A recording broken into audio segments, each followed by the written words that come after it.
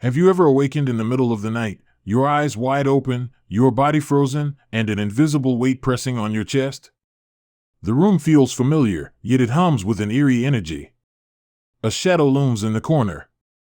You try to scream, but no sound escapes. You try to move, but your limbs remain paralyzed. What if I told you this terrifying moment isn't just a glitch in your nervous system, but a door? A door into the forgotten realms of consciousness. In ancient cultures, sleep paralysis wasn't seen as a disorder, it was considered a sacred threshold. A moment when the veil between dimensions thins and the soul hovers at the edge of waking and dreaming. It is here, in this liminal state, that the mystics whisper of hidden truths and psychic frontiers. But most of us approach sleep paralysis with fear. We see it as an intruder, something to be avoided or cured. And yet, what if it could be mastered? What if the paralyzed body is a cocoon, and you, the emerging butterfly of astral vision? Can we, as modern seekers, control what happens during this strange phenomenon? Can we transform it from terror into transcendence? In this video, we're going to explore the mysteries of sleep paralysis through the lens of esoteric wisdom and spiritual practice. We'll journey through ancient teachings, modern insights, and practical techniques to not only understand what this state truly is, but how to wield it. We'll uncover the hidden history and spiritual symbolism behind sleep paralysis. What ancient mystics and shamans believed was happening during this experience. How this state relates to astral projection, lucid dreaming, and the subtle body.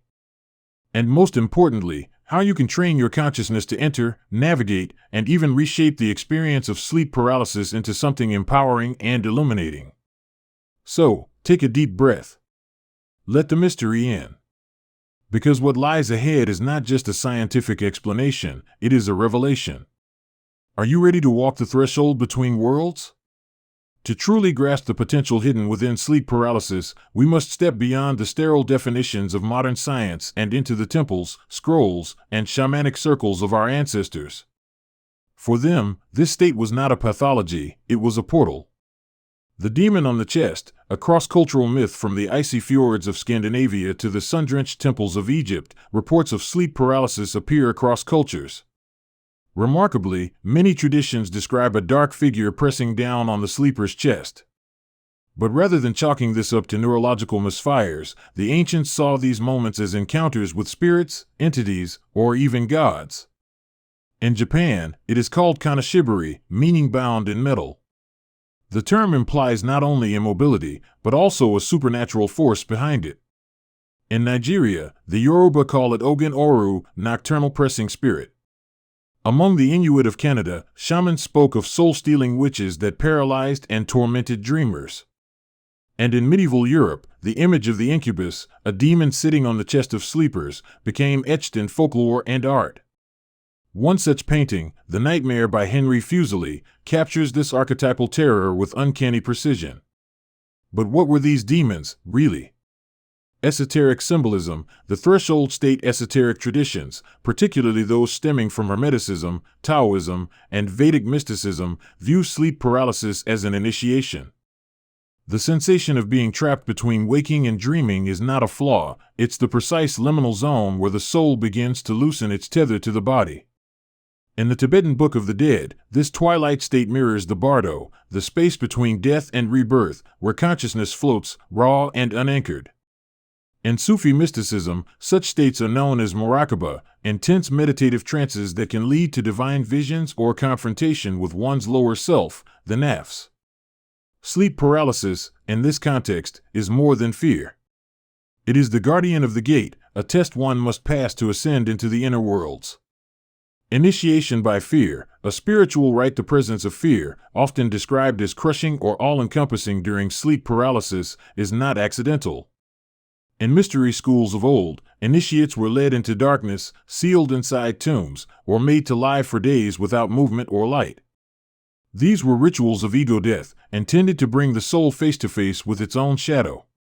In much the same way, sleep paralysis forces us to confront the unknown. The inability to move, the hallucinations, the looming entities, they are all mirrors. They reflect the unprocessed fears and unconscious energies dwelling deep within us. And like any initiatory path, the terror is a veil.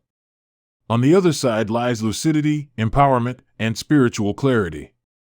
The alchemy of stillness and alchemical symbolism, paralysis is akin to the Negrito phase, the blackening, the dissolution of form. The body stills, the ego panics, and yet, if one surrenders rather than resists, transmutation begins. The spirit loosens, and the sleeper may cross into lucid dreaming, astral travel, or mystical revelation. Ancient Egyptian mystics, especially those of the Hermopolitan tradition, spoke of the soul's ability to float in the invisible ocean while the body slumbered. Sleep paralysis was considered the moment when the Ba, soul, hovered above the Ka, life force, preparing for nocturnal journeys. In this sense, sleep paralysis is not a curse, it is alchemy in action. A silent crucible, forged in darkness. To the untrained mind, sleep paralysis is chaos. But to the awakened eye, it is a blueprint. A precise interaction of mind, body, and spirit, a moment when the consciousness uncouples from its physical vessel and floats in the space between dimensions. Let us step into the inner mechanics of this profound state. The neurospiritual split from a biological perspective, sleep paralysis occurs during the transition into or out of REM sleep, the phase in which dreaming is most vivid. In REM, the brain actively generates dreams, while the body is temporarily paralyzed through a process known as REM atonia, a natural mechanism to prevent us from physically acting out our dreams. But here's where it gets interesting. Sometimes the mind awakens before the body does. This creates a surreal fusion of consciousness. The intellect is alert, but the body remains sealed in a sleeping shell. And because you're still partially tuned into the REM state, dreamlike imagery bleeds into waking perception. This is the moment the doorway opens. But what if this isn't a malfunction, but a glitch in the matrix? Or rather, a crack in the veil?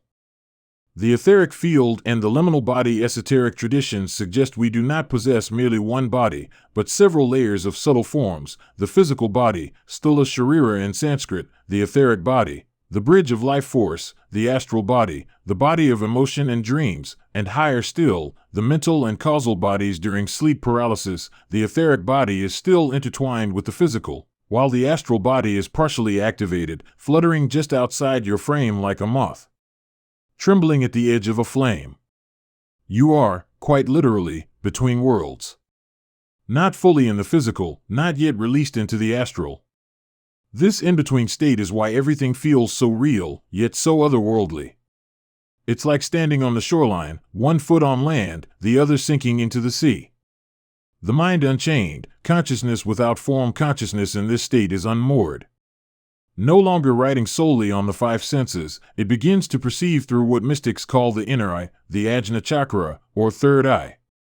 This is why during sleep paralysis, people often report seeing through closed eyelids, hearing whispers in silence, or feeling presences that aren't physically there. Your sensory faculties become non-local. You're no longer bound to the laws of space-time in the same way. This is where shadowy figures may appear, not as external threats, but as symbols or echoes of your unconscious mind. Just as a mirror reflects your physical form, these entities can reflect inner wounds, traumas, or even spiritual energies you've yet to integrate. Resistance breeds terror. Here lies the heart of why sleep paralysis is often terrifying: resistance. When we panic, when the mind screams, "I must move," we create a psychic dissonance. The conscious will crashes against the subconscious barrier, and fear magnifies the surreal experience. Imagine a bird caught in a spider's web. The more it flails, the tighter it's bound. But the still bird, the aware bird, may observe the web's pattern, feel for its weakest point, and slip free. The same is true for sleep paralysis. Mastery comes not from fighting, but from observing. From becoming stiller than the paralysis itself. The three doors within sleep paralysis. Every episode of sleep paralysis offers three possibilities, three inner thresholds one can walk through: the door of terror, where fear reigns, and the paralysis becomes a nightmare loop; the door of observation, where awareness settles, and the state becomes lucid, calm; the door of projection, where the consciousness lifts entirely, and the sleeper transitions into astral projection, lucid dreaming, or mystical travel. Which door you pass through is determined not by chance, but by awareness, preparation, and inner clarity.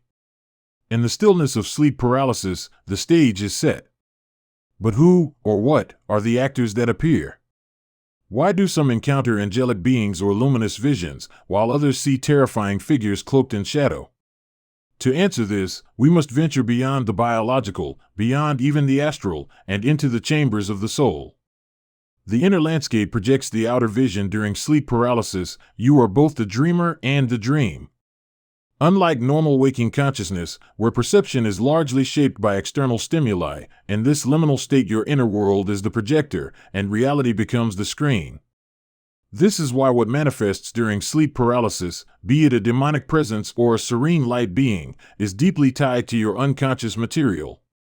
If you carry unresolved fear, it may take form as a shadow person. If you yearn for protection, you may witness guides or ancestors. If you carry guilt or shame, your subconscious may conjure a trial or confrontation. This is not just metaphor.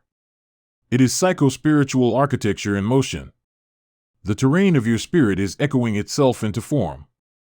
The beings you meet in this state are not always literal entities, but they are never meaningless. They are symbols animated by soul energy. Archetypes summoned from the deep. And yet, not all of them are from within. External entities, are some visitors real? Here we enter the sacred gray zone. Many mystics, shamans, and adepts across traditions have affirmed, not all presences encountered during sleep paralysis are figments of the mind. According to theosophical teachings, when the astral body is partially disengaged, it becomes visible and vulnerable in the lower astral realms, a dimension teeming with energy forms, thought creatures, and wandering intelligences. In Kabbalistic mysticism, these would be described as clipit, hollow shells of energy, remnants of past souls, or fractured intentions. In Tibetan Buddhism, one might liken them to tulpas, mind-created entities that can take on a life of their own. Most of these beings are not malicious in the traditional sense, they're simply drawn to consciousness like moths to a flame. Your awareness in that moment acts as a lighthouse in the dark astral sea. And here is the key. Your vibrational state determines what draws near. Fear lowers frequency. Stillness stabilizes. Love and clarity elevate. In this way, your state of being becomes your shield and compass. Just as in the waking world, like attracts like. Lucidity as a force of transformation. Lucidity during sleep paralysis is like lighting a candle in a pitch-black cavern. It doesn't banish the darkness entirely, but it illuminates, reveals, and commands presence. The moment you realize, I am conscious, and I do not fear, the entire atmosphere shifts. Try this. If you ever find yourself frozen and afraid, breathe with your awareness. Not your body, for it won't move, but your subtle breath. Imagine each inhale drawing in golden light, and each exhale dissolving darkness. This simple act is more than imagination, it's energy alchemy. You may notice the environment changing. Figures may fade. A gateway may open. You might even feel a subtle lift, the astral body detaching from the physical, ready for flight. This is the doorway to astral projection. Sleep paralysis as a launchpad for astral travel. Many seasoned astral travelers begin their journeys through sleep paralysis. It is, in many ways, the ideal launchpad. The body is already immobilized. The mind is awake. The dream veil is thin. From here, techniques such as the rollout method, where one imagines rolling out of their body, or the rope technique, where one visualizes climbing an invisible rope upward, can trigger the full separation of the astral form. But again, fear is the anchor. It keeps you bound. Curiosity and calm are the wings. The sacred duality, shadow and light. One of the most important truths is this: you are not meant to avoid the shadow during sleep paralysis. You are meant to understand it. In Jungian psychology, the shadow self represents the repressed parts of our psyche, emotions, desires, memories we've exiled. Sleep paralysis can bring them to the surface. Not to punish us, but to invite integration. Every terrifying figure you face is potentially a guardian of wisdom, masked in fear. Every dark hallway could lead to a radiant temple, if only you walk it with awareness. And so, sleep paralysis is not an obstacle, it is a teacher cloaked in silence. Now that we've traversed the esoteric terrain and uncovered the hidden dynamics of sleep paralysis, the natural question arises, how can I work with this state intentionally? Can I shift from helpless observer to conscious navigator? The answer is a resounding yes. With preparation, awareness, and reverence, sleep paralysis can become a gateway to lucid dreaming, astral projection, and deep inner healing. What was once a prison becomes a temple, and you, its initiator. Let us now illuminate the path with practical tools. Prepare the ground. Creating the inner temple to work with sleep paralysis, you must approach sleep not as unconscious collapse, but as ritual descent. Your bedroom becomes the cave of the mystic. Your bed, the altar. Begin by purifying your space. Remove electronics and distractions. Burn incense or use essential oils like mugwort, lavender, or frankincense, herbs long used for dream work. Place a journal beside your bed. Intention anchors reality. Then, set your mind with clarity. Before sleep, speak a declaration aloud or silently. I enter sleep with awareness. I welcome what comes. I do not fear. I am the watcher in the stillness. This simple act plants the seed of lucidity. Recognize the threshold. Signs of sleep paralysis approaching. Awareness is your compass. Learn to recognize the precursors of sleep paralysis. A sudden buzzing or vibrational sensation, a pressure wave moving through your body, sounds or voices from nowhere, a growing sense of presence or heaviness. When you sense these, do not resist. Do not try to move your body. Instead, observe like a monk in meditation. Focus inward. Imagine yourself sinking deeper, like a pearl descending into an ocean trench. Calm, weightless, watching. Use the breathless breath, staying conscious though your physical body cannot move, your subtle awareness can. Use this simple yet potent technique. Visualize yourself breathing not through your lungs, but through your third eye, your chest, or your solar plexus. Inhale light. Exhale fear. Let your rhythm be slow and steady, like waves against the shore. This maintains lucid awareness and keeps panic from seizing control. Transform the landscape, commanding the experience. Once you're inside the paralysis, remember, you are not powerless. You are the dreamer demiurge. Here are tools for influence: invocation of light, mentally or verbally call upon a symbol of strength, an angelic name, a divine mantra, even a personal guide. Examples: I call upon the light of Michael. Om Mani Padme Hum. Protect me, guide me, reveal to me. Visualization: shift the scene with imagination. Envision a doorway opening. A beam of light pouring in. Your astral body rising. Your intent sculpts the subtle world. Naming the fear: if a dark figure appears, name it. Say aloud or inwardly, I see you. You are fear, and I welcome you. Reveal your wisdom. Naming reduces fear's power. Often, the entity will vanish or transform. Exit strategies: from paralysis to projection. If you wish to move beyond paralysis into astral travel or lucid dreaming, here are transitions. The rope technique: imagine an invisible rope hanging above you. Reach with your energy hands and pull. Do not expect physical movement, expect a shift in sensation. You may feel a pop, a vibration, or a float. The rollout: visualize rolling to the left or right, not physically, but as though your spirit is peeling out of your body. Stay relaxed. Focus more on motion than muscle. The door method: picture a glowing doorway a few feet away. Concentrate on being there. Feel yourself walk through it. Often, the scene will change instantly into a dream or astral realm. 6. Journal, reflect, integrate after the experience. No matter how small, record it. What did you see? What did you feel? What patterns are emerging? Over time, a personal map unfolds. Themes reveal themselves. Guides may appear. And most importantly, you begin to build a conscious relationship with the unseen realms. Overcoming common challenges: fear of entities. Remember, your fear feeds them. Stay in the role of the observer, not the victim. Sleep deprivation, exhaustion can make experiences more chaotic. Aim for regular, sacred rest. In this way, sleep paralysis becomes not just a phenomenon to endure, but a threshold to master. You become the lucid dreamer, the astral traveler, the initiate walking between dimensions. Next, we'll conclude with a reflection on this journey and the powerful shift that happens when fear gives way to illumination. There are moments in life when the universe whispers through cracks in reality. Sleep paralysis is one of those moments. It is not random. It is not meaningless. It is a summons. When you awaken in stillness, unable to move, heart pounding, presence looming, know this: you are standing at the gateway of the invisible world. Few are called. Fewer still choose to walk through it consciously. But you now hold the keys.